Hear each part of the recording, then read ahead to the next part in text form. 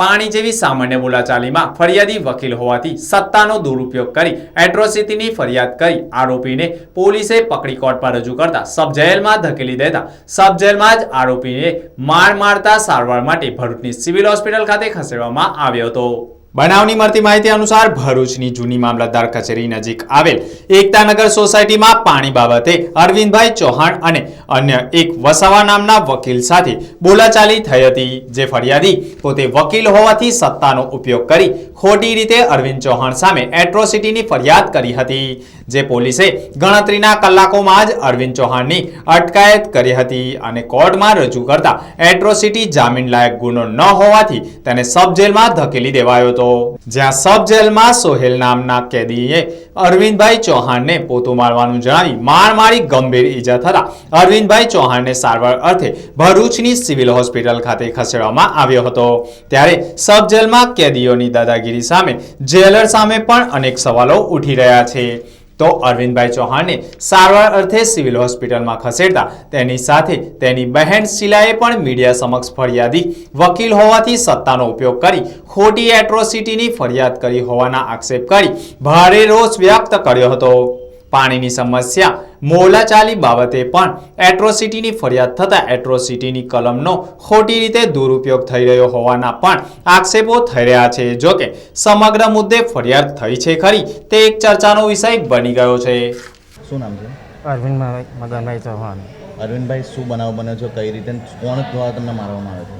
સાહેબ, મને એટ્રોસિટી લગાવેલી, એટ્રોસિટીમાં મને ત્યાં ગાડી સજા કરી, ત્યાર પછી ત્યાં ગાડી હું રહ્યો હતો, ત્યાં ગાડી મારે પાસે બધું કામ લીધું, બરાબર, કામ લીધું ત્યાર પછી પેલા એક સોહેલ નામનો ઓરો છે એ છે ને તે કોઈની તો કોઈ બાબતે ઓબ્જેક્શન ઉઠાવ્યું ને ઓબ્જેક્શન ઉઠાવીને મને માર્યો, બરાબર। ત્યાર પછી બીજે સાંજે કે કચરા પોતા કર, આ કર તે કર, તો ચાલો પોતા કરતાં થોડીક તો વાર લાગે ને, તો મને ગારો દે ને ત્યાં ગાડી સપાટો લઈને ઊભો રહે। કોણ હતું? હે, કોણ હતું? એ સોહિલ કરીને નામ છે, નામ તો એકચ્યુઅલી ખબર નથી મને, પણ સોહિલ કરીને એ નામ છે ને મને ધમકી આપી કે તું અચ્છા પાસે બી જશે ને મારી નાખીશ। આ અમારે છે ને જરા પાણીમાં સામસામે બોલાબોલી થઈ ને, તો એ વસાવા છે, વકીલ છે, સામેવાળો વસાવા છે, તો એને એટ્રોસિટી કલમ લગાડી દીધી છે, તો એમાં એને સબ જેલ 6 દિવસ દાખલ કર્યો છે, તો તઈએ ગાડી કેદીઓએ એને માર્યો છે, તો કેદીઓએ માર્યો છે ને તો એનાથી ઉઠાતું નથી, એના હરકા બધા ભાંગી કર્યા છે, એમાં બહુ બોલાબોલી બી નથી થઈ ને કોઈ હતું બી ના, પણ એ જાતને વકીલ છે ને એને આ વકીલનો દુરુપયોગ કરી નાખ્યો છે, એને બધા વકીલોને એવું કીધું કે કોઈ કેસ ના લેતું, એટલે કોઈએ કેસ નથી લીધો અને અમે બહારનો વકીલ બોલાવવો પડ્યો છે।